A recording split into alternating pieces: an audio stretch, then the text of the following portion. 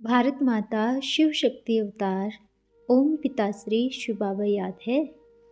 शिव बाबा की वाणी है। आज है 26/4/2026 प्रातः क्लास। रिवाइज डेट है 28/5/2023। ओम नमः शिवाय।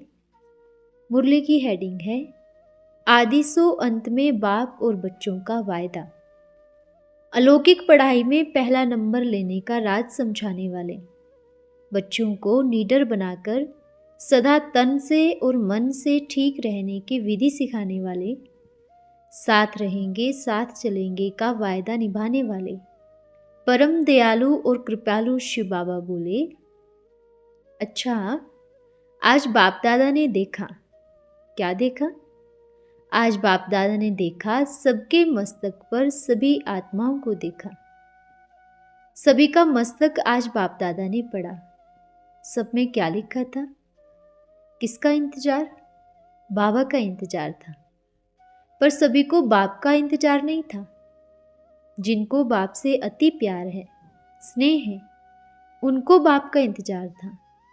और जो भावना से है, उन सभी को बाप के प्यार में कुछ न कुछ इच्छाओं को देखा। बाप है तो जरूर बच्चे हैं, तो बच्चों की इच्छाएं भी होंगी। पर इच्छाएं क्या है? क्या है इच्छाएं? सिर्फ लौकिक तक सीमित है या पूरे विश्व के बारे में सोचते हैं? क्या सोचते हैं? आज हर एक के मस्तक पर बाप क्या देख रहे हैं कि ये बच्चे कितने नंबर से पास होने वाले हैं। इनका पढ़ाई में ध्यान है या नहीं? इनको बाप की याद आती है? बाप से प्यार है? कितने परसेंटेज में है? कितना प्यार है? प्यार तो बहुत है। जहां पर भी सुना बाबा आने वाला है, तुरंत अपना बैगेज उठा करके चले आते हैं। प्यार तो बहुत है। प्यार में कमी नहीं है तो किस में कमी है? परिवर्तन में कमी है। प्यार सभी को है। मेजॉरिटी को देखो, अगर भक्ति मार्ग वाले भी आते हैं तो प्यार में आ रहे हैं। भल अभी किन्हीं बच्चों को भाषा समझ में नहीं आ रही है, भल बाद में इनको एक्सप्लेन करके समझाना। फिर भी बैठे हैं तो किसमें? भावना से बैठे हैं। भले भाषा समझ में नहीं आवे, पर प्यार समझ में आएगा, भावना समझ में आएगी। और बाप को क्या चाहिए? भावना। आप वतन में आकर बाप से चाहे किसी भी भाषा में बात करें, बाबा उसी भाषा में आपको जवाब देगा, क्योंकि बाप हर एक बच्चे की दिल की भाषा को समझता है। प्यार की भाषा बाप को समझ में आती है। आपको प्यार है, बाप को प्यार है, तो बाप को तो भाषा समझ में आएगी ना। सतयुग में भाषा का प्रॉब्लम नहीं आएगा। आएगा? नहीं। क्यों? क्यों नहीं आएगा? क्योंकि एक ही भाषा होगी, अनेक नहीं होगी। और सतयुग की भाषा जो सतयुग में आने वाली आत्माएं हैं ना, उन सभी आत्माओं में वो भाषा रिकॉर्ड है। आपको मेहनत नहीं करना पड़ेगा कि सतयुग में हम कैसे बोलेंगे, कैसे क्या करेंगे, क्योंकि पूरे 21 जन्मों का जो मेमोरी है, जो फोल्डर है, वो आत्मा में रिकॉर्ड हो चुका है। लेकिन वर्तमान समय में जितना जितना बाप के प्रति प्रेम रहेगा, बाप के प्रति रिगार्ड रहेगा, बाप के प्रति सच्चा प्यार रहेगा, उतना उतना आत्मा में पूरे स्वर्ग का पार्ट इमर्ज हो जाएगा। ऑटोमेटिकली भाषा भी आती जाएगी, पढ़ाई भी आती जाएगी, क्योंकि बाप के पास हर एक आत्मा का क्या है? सबका रिकॉर्ड है। आप में फीड भरा है, पर बटन बाप के पास है। आप जितना बाप को याद करेंगे, उतना ही बाप पूरे 21 जन्मों का साक्षात्कार का बटन दबाएगा, जो कि स्वर्ग में आने वाली हर आत्मा को दिखाई देगा।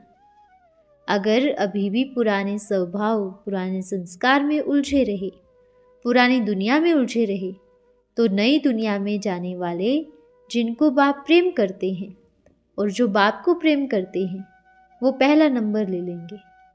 अच्छा, जो सेंटर से प्यारी प्यारी बच्चियां आई हैं देखने के लिए, वो सब ठीक है ना? दिल से बोलो, ठीक है ना? सभी ठीक है। जिनको बाप से प्यार है ना, वो हर एक बच्चा ठीक रहेगा, मन से भी और तन से भी। जिसको नशा होता है ना प्यार का, उनको बीमारी दिखती नहीं है। उनके पाँव में जैसे पहिए लग जाते हैं। बाद में समझ में आता है कि शरीर में क्या क्या बीमारी है।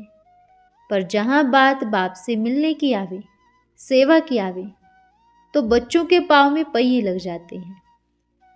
बाप से मिलने के लिए दौड़े दौड़े जाते हैं। अच्छा बच्चों, बाप सदा साथ है, साथ रहेंगे। अब चलने का समय आ गया है तो साथ साथ चलेंगे। बाप का वायदा है, साथ रहेंगे, साथ परमधाम में चलेंगे। ये बाप का पक्का वायदा है। आपका क्या वायदा है? साथ चलेंगे या पीछे पीछे आएंगे? साथ ना। कौन साथ साथ चलने वाले हैं? साथ चलने वाले हैं, क्योंकि बाप ने तो पक्का वायदा किया है। कौन सा? साथ लेके ही जाऊंगा। इस पुरानी दुनिया में किसी को भी नहीं छोड़ेंगे, क्योंकि दुख होगा। अगर थोड़े को लेके जाएं तो पीछे रहने वाले क्या करेंगे? दुखी हो जाएंगे ना, दुखी हो जाएंगे।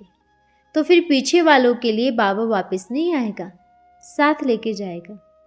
ये वायदा पक्का वायदा है। आपका वायदा है? है तो वायदा करो। है? दिल से वायदा करो, बाबा मैं साथ चलूँगा और जब तक ये संगम युग की घड़ियाँ हैं मैं साथ रहूँगा। चाहे कोई भी पेपर आए, कोई भी बड़े से बड़ा पर्वत सामने आए, पर मैं आपका हाथ कभी नहीं छोड़ूंगा। मैं आपके साथ चलूँगा, मैं आपके साथ रहूँगा। पक्का वायदा। आज की डेट याद रखना। याद रहेगी? सबको याद रहेगी कि आज के दिन मैंने बाप से कौन सा वायदा किया था। और ये वायदा अभी का नहीं है, ये वायदा बहुत पुराना वायदा है। ये वायदा जब स्थापना का कार्य शुरू हुआ, ये वायदा तब का वायदा है। आपको तो याद नहीं होगा, पर बाप को याद है, अच्छे से याद है। आदि सो अंत। आदि में जो वायदा किया था वो अंत में तो रिपीट जरूर होगा, क्योंकि जब आपने और बाप ने वायदा किया था ना, तब थोड़ी किसी को मालूम था कि हम दूसरा जन्म ले लेंगे। नहीं ना। आज जो वायदा कर रहे हैं अभी अंतिम का वायदा है, और अंतिम समय में तो बाप डायरेक्ट परमधाम लेके जाएगा। अच्छा, किसी को डर तो नहीं लग रहा ना? थोड़ा सा? और सूक्ष्म में डर लगता है? थोड़ा सा किसको लगता है? लगता सबको है, पर अभी बोलेंगे नहीं, कहाँ इज्जत न चली जाए। डर किस बात का? डर लगना चाहिए कि मेरे शरीर छूटने से पहले जो बाप ने मुझे कर्तव्य दिया है, कहाँ वो अधूरा न रह जाए। ये डर लगना चाहिए। है? डर लगना चाहिए कि कहाँ मेरी सांस रुकने से पहले जो मेरा लक्ष्य है उसमें रुकावट ना आए, वो अधूरा न रह जाए। ये डर लगना चाहिए। डर लगना चाहिए कि मूर्तिकार बाप दादा मेरे भविष्य की मूर्ति बना रहे हैं, कहाँ वो अधूरी ना रह जाए। ये डर लगना चाहिए।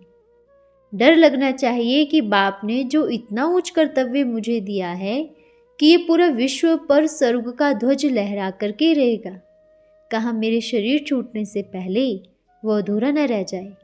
ये डर लगना चाहिए। ये डर हो अंदर। बाकी मरने का डर या देह को त्यागने का डर तो 0% भी नहीं होना चाहिए।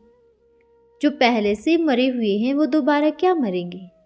पहले से जिन्होंने आत्मा का पाठ पक्का किया है वो दोबारा क्या मरेंगे? सभी मरे हैं, ये सच्चाई है। पर जब मरने की बात आती है तो थोड़ी कड़वी लगती है, पर कड़वी दवाई ही पुराने से पुरानी बीमारी को ठीक करती है। अगर दवाई मीठी हो तो बीमारी को बढ़ा देती है, अगर कड़वी हो तो क्या होगा? कड़वी दवाई के क्या असर होते हैं? चाहे कितनी भी पुरानी बीमारी हो, वो शरीर को ठीक कर देगी। ऐसी कड़वी जड़ी बूटियां हैं जो थोड़ा भी टेस्ट नहीं कर सकते, पर जब अंदर जाती है तो बड़े से बड़ी बीमारी को काट देती है। ये मरने की दवाई भी बहुत कड़वी है, पर बच्चों को बीमारी कौन सी है? देह अभिमान की। ये जो मरने की गोली है ना, ये देह अभिमान की बीमारी को काट देगी। जिससे आत्मा बिल्कुल स्वस्थ बन जाएगी, हल्की बन जाएगी, पंख निकल आएंगे तो उड़ने में आसानी होगी। समझ में आया क्या करना है? मैं आत्मा हूँ और मुझे इस देह को त्याग करके जाना है। मुझे बाप की गोदी में बैठना है। ये कड़वी दवाई का सेवन जरूर करना। अच्छा बच्चों, भले दवाई कड़वी है पर पिलाने वाला बहुत मीठा है। मीठा है ना? जब पिलाने वाला इतना मीठा है तो दवाई का असर भी कितना तेजी से होगा। तो दवाई को नहीं, पिलाने वाले बाप को देखो, तो दवाई कड़वी नहीं लगेगी। ठीक है? बच्चों ने कहा, बाबा ये वायदा कब पूरा करोगे? बाबा ने कहा, आपको कब पूरा करना है? आज? बच्चों ने कहा, जब आप बताएंगे। तो फिर इंतजार करो, ठीक है? ये नहीं बोलना बाबा मैंने औरों के लिए वायदा किया था, अपने लिए थोड़ी किया था। ये वायदा हर एक बच्चे का अपना वायदा है। अच्छा बच्चों, फिर मिलेंगे। अभी अपने स्वर्ग के महाराजा से मिलना। कौन? ब्रह्मा बाबा। स्वर्ग के महाराजा से मिलना, फिर मिलेंगे। सभी बच्चों को बाप ने अति प्यार, स्नेह और दिल का प्यार दिया है। हर किसी बच्चे के ऊपर बाप की छत्र छाया है। कोई ये नहीं समझे बाबा मेरे सर पे हाथ नहीं रखा। बाप ने हर एक के मस्तक को स्पर्श किया है। सदा खुश रहो, बाप दादा हमेशा साथ है, साथ थे, साथ रहेंगे। आज का वरदान है योगी भव। योग सहज लगता है या मुश्किल? बाप बच्चों को सहज योग सिखाते हैं तो सहज लगना चाहिए ना, फिर मुश्किल क्यों अनुभव होता है? योग का आधार क्या है? योग का आधार है पवित्रता। आपका स्लोगन भी है, पवित्र बनो योगी बनो। पवित्र बनो तभी योगी बनेंगे। तो जरूर पवित्रता की धारणा में कहीं ना कहीं कमजोर है, तभी योग मुश्किल लगता है। कई बच्चों को पवित्र रहना भी मुश्किल लगता है। वास्तव में इस ब्राह्मण जीवन का विशेष आधार प्योरिटी है। प्योरिटी ही श्रेष्ठता है। प्योरिटी ही भारत की महानता है। प्योरिटी ही विश्व परिवर्तन का आधार है। आप बच्चों का आदि और अनादि स्वरूप भी पवित्र स्वरूप है। अपवित्रता परधर्म है, पवित्रता आपका स्वधर्म है। आज्ञाकारी बच्चों को बाप की पहली आज्ञा है, पवित्र बनो तभी योगी बन सकेंगे। इस आज्ञा का पालन करने वाले बच्चों को बाप दादा देख हर्षित होते हैं। अच्छा, ओम नमः शिवाय।